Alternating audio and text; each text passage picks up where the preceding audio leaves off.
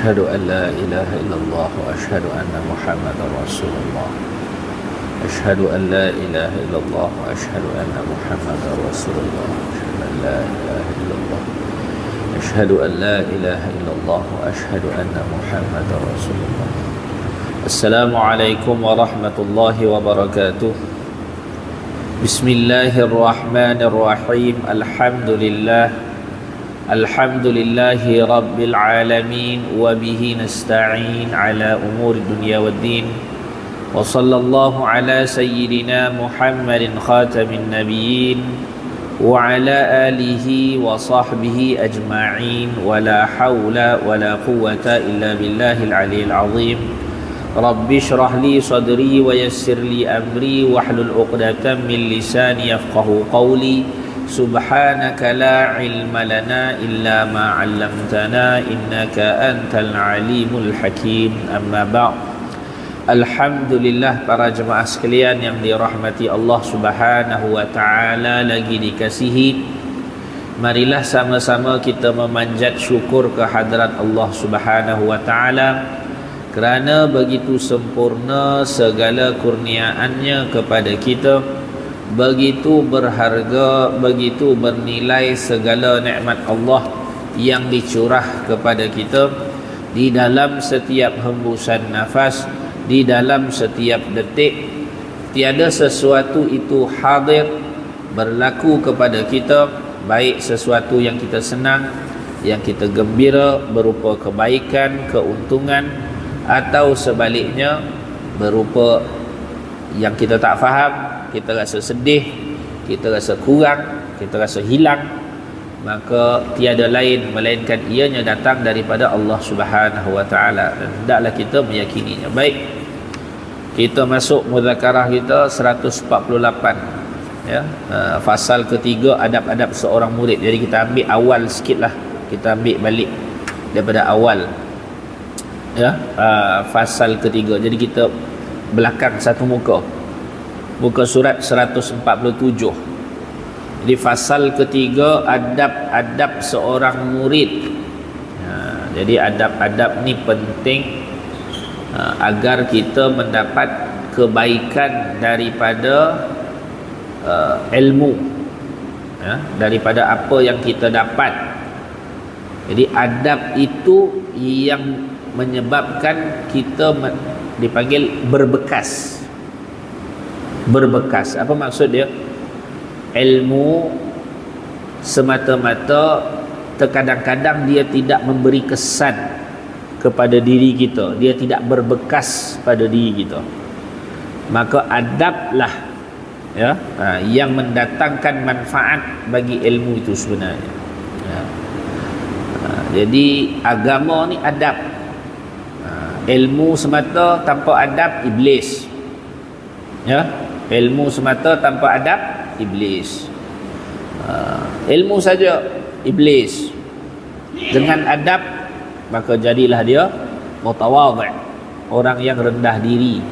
Jadilah dia orang yang diberkati kehidupan dia. Jadilah orang yang dia dapat beramal. Maka pentingnya adab. Adab-adab seorang murid. Adapun adab-adab seorang murid terhadap gurunya, maka iaitu satu, apabila ia menemui gurunya, maka hendaklah ia memberi salam kepadanya terlebih dahulu. Itu adab dia ya. Walaupun yang afdal kita kata siapa bagi salam dialah yang utama, tapi di sini adab pelajar. Dua, jangan ia memperbanyakkan cakap-cakap di hadapan guru. Beri perhatian kepada guru. Kadang-kadang percakapan-percakapan kosong menyebabkan kita tidak dapat keberkatan ilmu ataupun ilham-ilham yang baik yang Allah nak beri kepada guru tadi dihapuskan ya. Seperti yang berlaku dalam masalah satu ketika Nabi SAW diberi wahyu untuk bilakah berlakunya Lailatul Qadar pada tahun itu. Maka apabila Nabi keluar nak bagi tahu kepada orang ramai tahun itu bilakah Lailatul Qadar, maka tiba-tiba terserempak dengan orang yang sedang bergaduh. Maka bila Nabi sampai depan orang ramai, maka Nabi pun sebut, tadi telah diberitahu kepada aku bilakah akan berlakunya Lailatul Qadar pada tahun ini, tetapi aku melalui berhampiran dua orang yang sedang bergaduh. Tu tak beradab depan Nabi, bergaduh. Maka dengan itu Allah mengangkatnya kembali. Kemudian Nabi bagi tahu, maka carilah sama ada malam 21, malam 23, malam 25, malam yang ganjil. Kalau tak tahun tu dia panggil ya, dapatlah bonus. Apa yang nak dia bagi tahu di sini? Semuanya sebenarnya takdir Allah, tetapi nak bagi tahu bahana buat benda sia-sia di depan guru. Ya. Hilang tu, tanda hilang berkat itu macam itulah contoh dia. Baik. Ketiga, jangan ia bercakap-cakap sebelum gurunya bertanya kepadanya. 4, jangan ia bertanya kepada gurunya sebelum ia meminta izin. 5, jangan ia menyangkal, yakni menunjukkan rasa tidak puas hati terhadap perkataan gurunya, seperti ia berkata, fulan itu menyalahi akan engkau kata ini. Dia bawa kata orang lain, kata, ada pendapat lain kata macam ni, kata.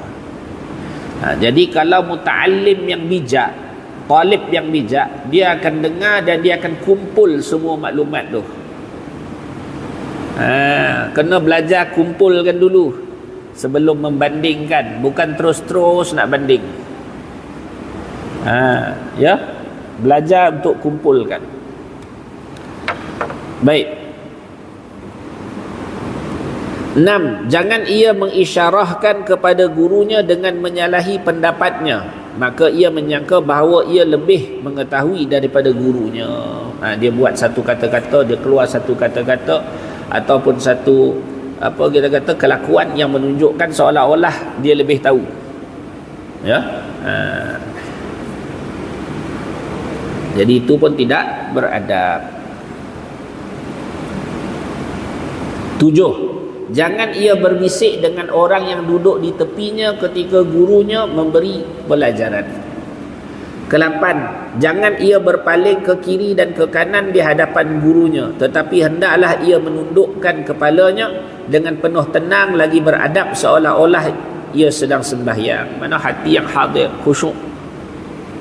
Dengar majlis pun dengan hati yang tenang. Itu antara adab.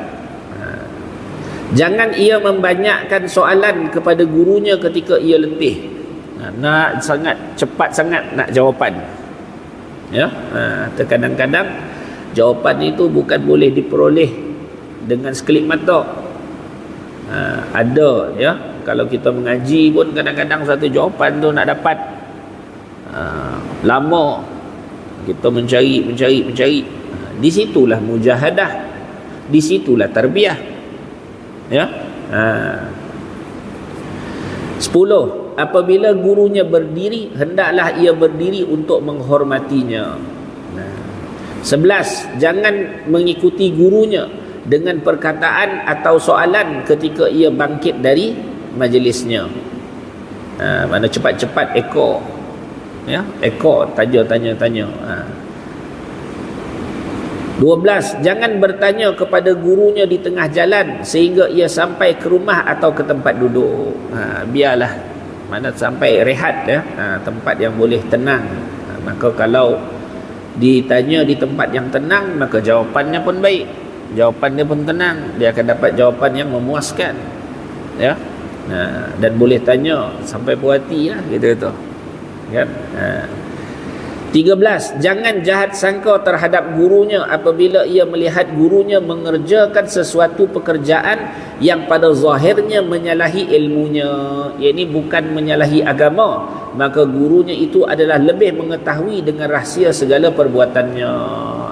Ini kadang-kadang kita rasa macam kita belajar satu benda, lepas tu kita nampak guru dia macam tak amal, kata. Jadi dia kata guru dia tak amal, bukan dia tak amal, tapi ada perkara lain yang dia tahu.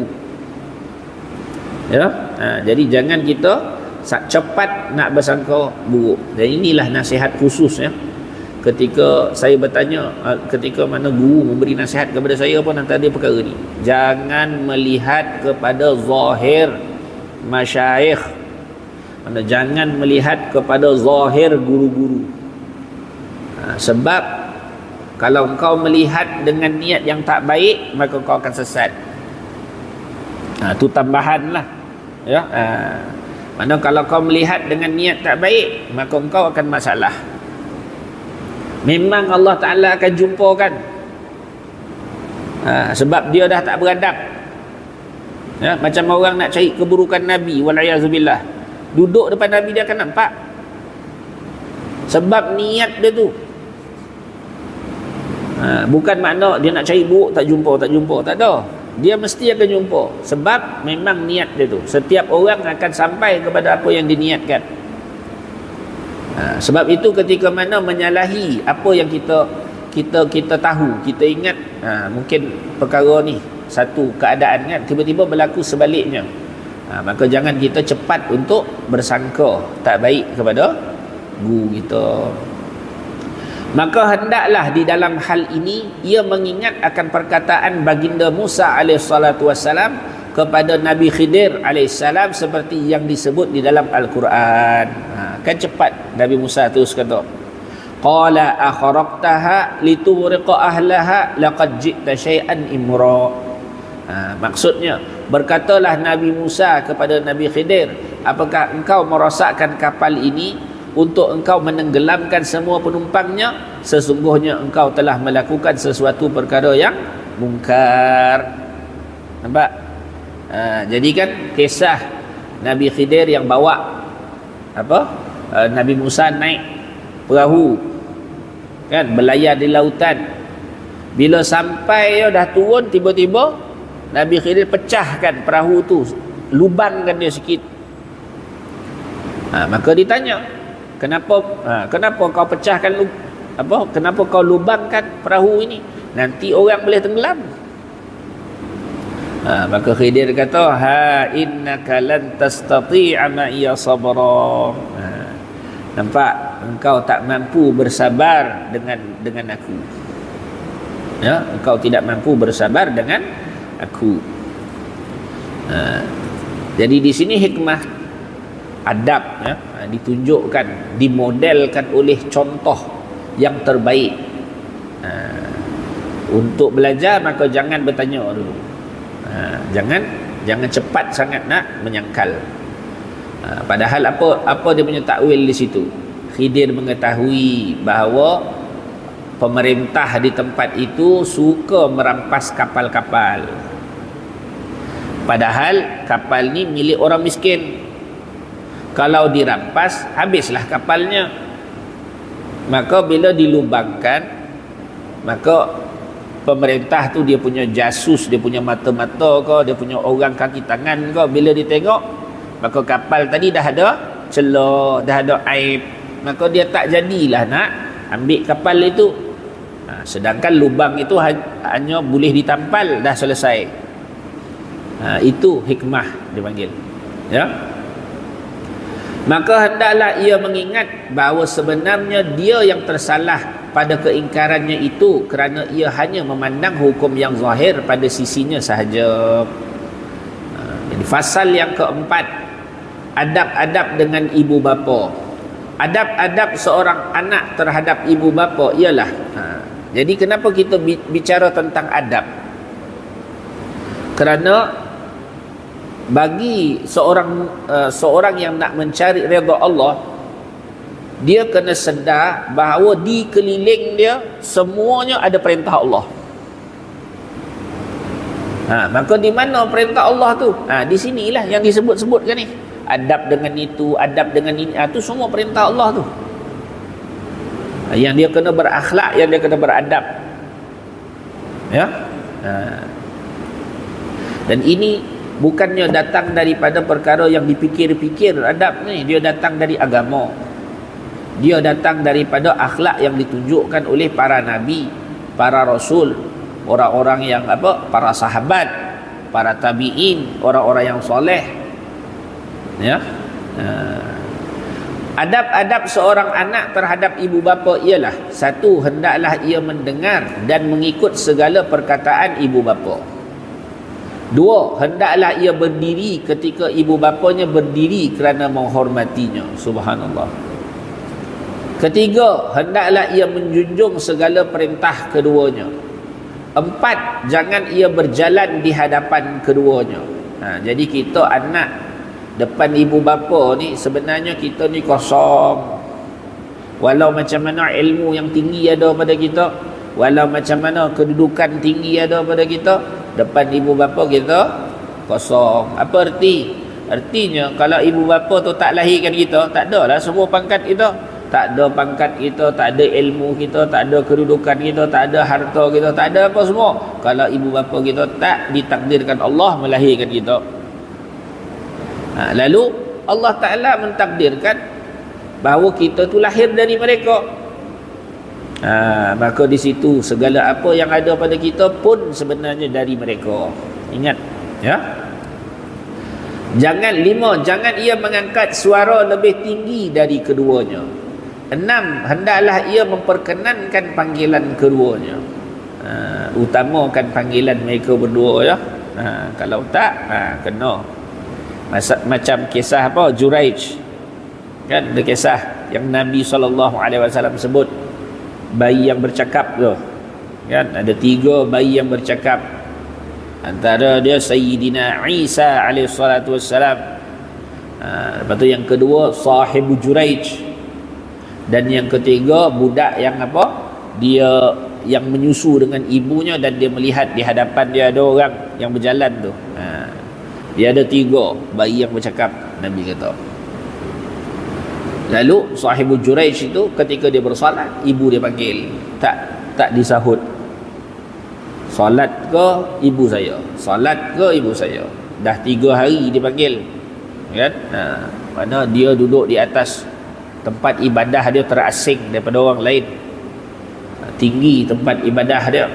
Ibu dia datang memanggil pada bawah, Juraij. Mana Juraij berkata, ibuku ke solatku, dia kata. Lepas tak apalah, solatlah. Hari pertama, hari kedua, hari ketiga. Jadi hari ketiga ibu dia panggil, dia tak turun juga. Maka ibu dia pun doa. Dia kata apa? Ibu dia kata apa? Ya Allah, jangan kau matikan Juraij kecuali kau temukan dia dengan wajah penzina. Bukan dia doa jadi penzina, bukan. Tetapi kau temukan dia dengan penzina. Jadi makna ibu dia ni orang mulia. Dia tahu, ya, dia doa pun ada tapis dia, sekadar peringatan dia tu. Maka berlaku akhir diuji, dirobohkan tempat ibadah dia, difitnah dia sebagai penzina dan melahirkan anak pula, ya. Tetapi Allah Ta'ala melepaskan beliau dengan karamah yang ada, yang Allah beri pada dia. Tapi nak bagi tahu apa situ? Nak bagi tahu bahawa mulianya panggilan dari orang tua. 7, hendaklah ia sentiasa menuntut keredaan keduanya. 8, hendaklah ia bersikap tawaduk kepada keduanya. Jadi bersikap tawaduk ni maknanya memang kena tawaduk lah sebenarnya. Dia tak perlu rasa-rasa dia tawaduk, tak perlu. Dia memang kena tawaduk, ya. Dia sebab dia memang rendah, kan? Sebab tawaduk ni milik orang tinggi sebenarnya. Tawaduk ni bukan untuk orang rendah. Tawaduk ni orang tinggi. Orang tinggi ketika dia memilih untuk merendahkan diri, baru kata tawaduk. Orang rendah dia tak ada tawaduk. Orang rendah kalau dia rasa dia tawaduk, itulah takabur. Anak dia rasa, ya aku dah rendah diri dah pada mak aku, tapi dia tak buat baik pun, itulah takabur. Jadi merasa tawaduk bagi orang yang rendah itu adalah takabur. yang bayin, yang jelas. Jadi kena tawaduk. Memang. Kenapa? Kerana tanpa mereka, siapa kita? Maka kita datang, mereka jalan kita datang ke dunia, mereka juga jalan kita masuk syurga. Allah Ta'ala jadikan mereka pintu kita ke dunia, dan mereka juga pintu kita ke syurga. Maka mestilah kena merendah diri. 9, jangan ia menyebut-nyebut jasanya kepada keduanya, dan jangan pula ia menyebut apa-apa perkhidmatan bagi kedua-duanya. Tak payah sebut. Saya dah buat ni dah, saya dah buat tu dah. Tak payah. Kenapa? Kerana sebenarnya dibandingkan dengan mereka berdua itu, kita ni tiada apa. Tiada apa. Ini sebenarnya diajar oleh agama kita. Adab bagi anak ni. 10, janganlah ia melihat kepada keduanya dengan pandangan penghinaan. Jangan. Walaupun macam mana keadaan dia sekalipun, kan? Mungkin kadang Allah bagi kita tinggi kedudukan kita, lalu ibu bapa nampak macam tak ada apa-apa. Tak boleh, maka tak boleh merendahkan mereka. Wal'iyadu billah min zalik. Ini sebenarnya adab-adab yang sangat besar ni. Tak mampu, sebenarnya kita tak mampu nak tunaikan hak mereka ni. Semua ni tak mampu. Lepas tu akhirnya kena minta maaf je lah. Kena minta maaf. Jangan kita terbawa dengan perasaan kita. Kadang-kadang kita rasa mereka mungkin itu begini, begitu, begini. Dengan kita teringat. Jadi kita ni maknanya kita tu tak dewasa dalam kita. Tak dewasa. Sebab tu kita duk teringat je. 11, janganlah ia memasangkan mukanya di hadapan keduanya. Allah. Jangan, kerut pun tak boleh. Kerut pun tak boleh, jangan. 12, janganlah ia musafir kecuali setelah mendapat izin daripada keduanya. Baik. Fasal kelima, adab-adab dengan seluruh manusia. Dan ketahuilah olehmu bahawasanya seluruh manusia selain daripada guru, murid dan ibu bapa adalah terbahagi kepada 3 kelompok, 3 golongan. Kelompok yang pertama, kelompok orang yang tidak kita kenal, orang luar lah kita kata. Yang kedua, kelompok kedua, sahabat karib. Sahabat karib. Yang ketiga, orang yang kita kenal tetapi bukan rapat. Orang yang bukan rapat tapi kita kenal dia. Jadi kelompok yang pertama, adab-adab dengan orang yang tidak kita kenal. 1, jangan engkau menyertai mereka di dalam percakapan yang kosong. Jangan. Jangan tiba-tiba masuk sama-sama sertai cakap kosong dengan dia. Jangan. 2, jangan engkau mendengar perkataan mereka yang buruk-buruk, yang jahat-jahat. Jangan dengar. Elak. Kalau kita terdengar ada cakap tak elok, elakkan.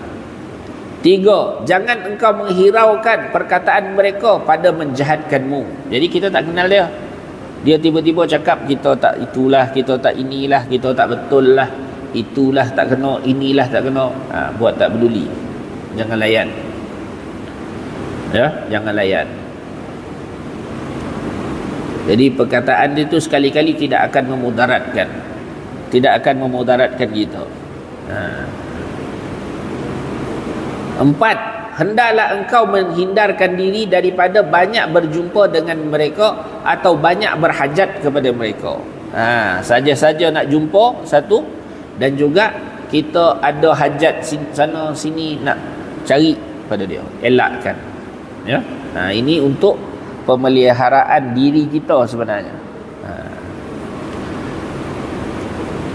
5. Hendaklah engkau memberi teguran dan nasihat terhadap pekerjaan mereka yang mungkar dengan cara lemah lembut kalau mereka bersedia menerima perkataanmu. Jadi kalau nak bagi teguran dan mereka sedia nak dengar, bagilah dengan cara yang tidak memalukan mereka. Ya. Jadi kenapa kita kena jaga adab ni? Kenapa kita kena berhati-hati dengan manusia? Terutama yang kita tak kenal. Dia begini, kalau ada satu orang dia kena dia kena dulu, coronavirus kan, ada kita nak pergi ke dia? Tak ada. Ya, sebab apa? Dia berjangkit, disebut berjangkit secara hissi, ya, dengan izin Allah, secara hissi, secara tabi'i, adi. Secara adatnya dia boleh berjangkit apabila kita bergaul dengan mereka. Maka begitulah akhlak-akhlak yang buruk, dia boleh berjangkit. Jangan kata dia tak boleh berjangkit. Ya, jangan kata dia tak boleh berjangkit. Dia boleh berjangkit sebab dia juga disebut Allah sebagai marad, penyakit. Ya, seperti mana akhlak baik dia boleh berjangkit, tetapi memakan masa yang lambat dan ada adab dia. Nak berjangkit adab baik ini bukan mudah. Dia memerlukan persediaan baik. Itu yang kita cerita adab tadi tu. Kena sayang orang tu, kena hormat orang tu, kena utamakan dia. Semua adab tu baru boleh berjangkit yang baik tu. Kalau buruk, senang dia. Ya.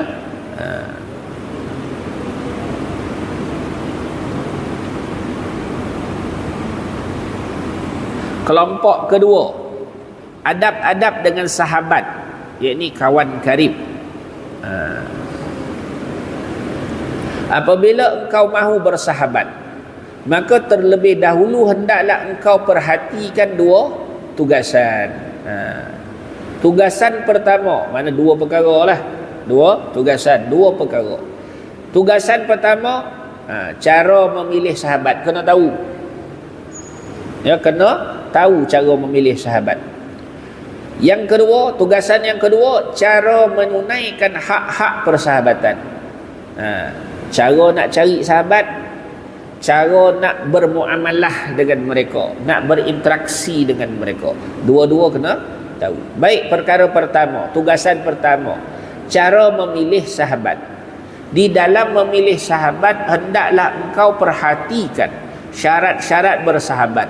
Maka jangan engkau bersahabat kecuali dengan orang yang layak untuk dijadikan sahabat. Ingat tak? Jadi ingat sahabat ni dia lebih tinggi kedudukan dia banding daripada kenalan. Ya. Jadi sahabat inilah kita mula bertukar ni dalam ni. Sahabah. Mukmin dengan mukmin, muttaqi dengan muttaqi, dia mengambil ruhani. Dia sentiasa mendapat. Dalam hal ini Rasulullah sallallahu alaihi wasallam bersabda, al-mar'u ala dini khalilih falyanzur ahadukum man yukhalilu. Nampak? Artinya seseorang itu akan mengikut agama, yakni cara hidup sahabatnya.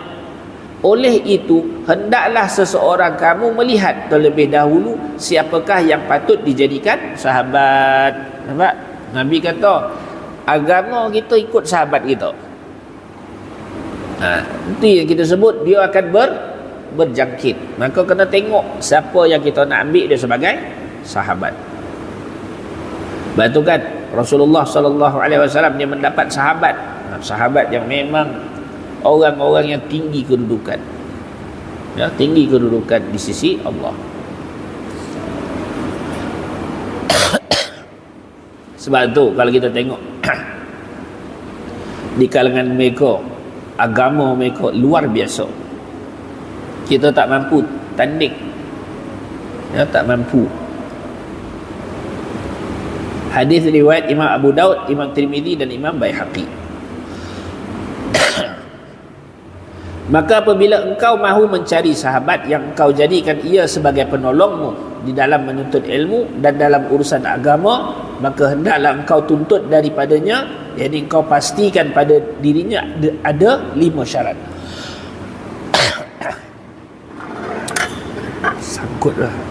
Sangkut dah minum air sikit.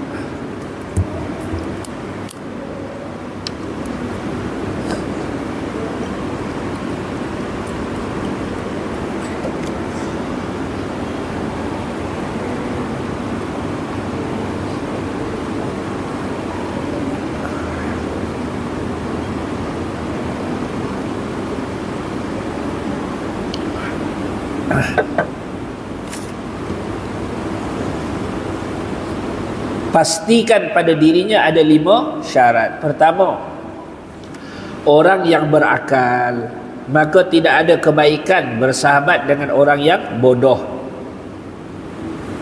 kerana akibatnya akan membawa kepada permusuhan dan menyakitkan hati. Dan paling baik yang engkau dapatkan daripadanya ialah engkau terselamat daripada kemudaratannya, sedangkan ia berusaha untuk membawa manfaat kepadamu, kerana musuh yang berakal itu lebih baik daripada sahabat yang bodoh.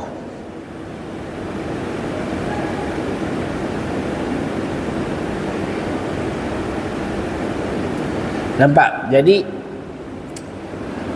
benda yang terbaik sahaja, ya, benda yang terbaik yang kita boleh dapat daripada orang yang tak pandai ni ialah kita boleh terselamat dari kemudaratan dia. Tu je. Sebab orang yang tak pandai ni, dia akan berfikir untuk memberi manfaat, betul tak? Apabila dia tu memang tak pandai, maka manfaat yang dimaksudkan tentulah manfaat yang sama ada manfaat yang rendah ataupun membawa kepada yang sia-sia. Bagi dia benda tu manfaat, maka dia nak sampaikan pada kita. Sedangkan bagi kita benda tu tak bermanfaat. Sebab itu dia kata paling tinggi kita boleh dapat daripada mereka ni hanya kita kalau jauhkan diri, kita terselamat. Dah. Itu saja.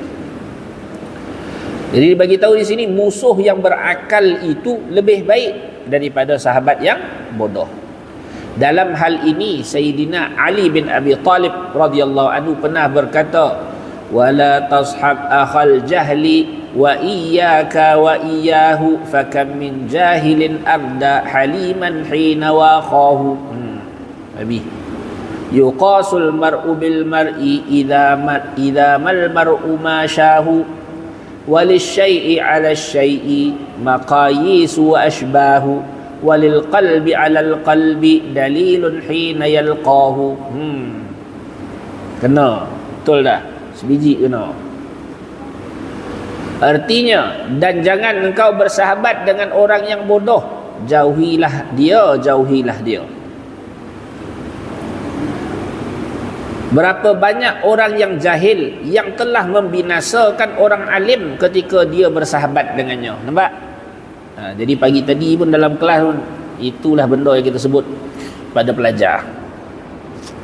Rosak guru kerana murid yang bermasalah, atau bahasa yang lain, murid yang ni lah, apa kalimah ni kan ada pula yang tak faham. Dia kata, ada pula yang kata ustaz dia syek sebut dia kalimah tu, ya, kalimah tu bila murid tu macam tu kalimah tu, maka guru dia mendapat masalah, ya. Berapa banyak guru terfitnah atas kalimah tu murid dia. Saya tak nak sebut lah kalimah. Orang kadang dia tak reti nak mencari yang baik. Kadang dalam beribu-ribu kalimah yang baik, satu je kalimah tu satu je kalimah tak elok tu, satu tu lah yang dia tengok. Terpulang. Apa yang kita boleh buat? Takkanlah lalat nak mencari madu. Jadi sebab tu disebut guru tu terfitnah, jatuh dalam masalah sebab anak murid yang bermasalah. Sebab tu antara kriteria guru ni juga, dia jangan mudah nak cari anak murid. Jangan mudah. Biar orang tu bersungguh. Tengok macam Khidir kan. Khidir. Dia bukan tiba-tiba Nak Nabi Musa jadi anak murid dia? Tak. Diuji kan. Jadi orang soleh ni dia tak ada masalah pun orang tak nak berguru dengan dia. Kau tak nak berguru, tak apa, pergilah. Mudah-mudahan Allah Ta'ala temukan dengan orang yang boleh bimbing. Habis. Kenapa? Kerana membimbing ni adalah apa kita kata, mas'ul. Mana mas'ulnya apa? Tanggungjawab yang sangat berat sebenarnya. Membimbing ni.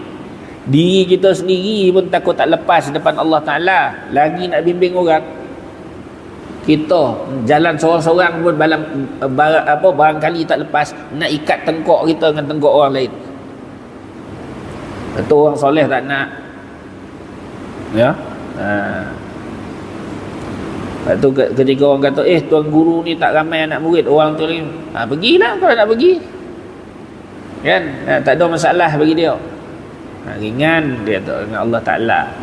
Yang pasti siapa yang nak kepada dia, yang hanya mengerti. Tak perlu mutiara tu dia nak perkenalkan diri dia, tak payah. Orang yang kenal dia akan tahu siapa dia. Selesai. Ya. Seseorang itu akan dinilai mengikut tingkatan sahabat yang ia berjalan dengannya. Kerana bagi segala sesuatu ada pengukur dan keserupaannya. Nampak? Ada benda makis dipanggil. Ada pengkias dia. Nak kias orang ni macam mana? Tengok kawan dia. Tengok sahabat dia. Lepas tu kan kalau ada pelajar kan, dia kuat marah je kerja dia. Contoh, tu tak ada lain dah. Turun. Kenapa orang soleh ni dia tak nak ambil anak murid banyak? Sebab bagi dia kata benda buruk ni lebih mudah untuk turun daripada yang baik. Ya. Contoh, sebab tu ada guru selalu singgung kan, dia cakap kita nak suruh orang sabar tapi kita menjerit kat dia, sabar. Orang tu tak dapat sabar dah. Orang tu dapat menjerit. Jadi dia pun menjerit ke orang lain, sabarlah. Maka yang sampai ialah jeritan je. Tengok orang sana jerit, tengok orang sini herdik. Ya. Azan dulu. Sila.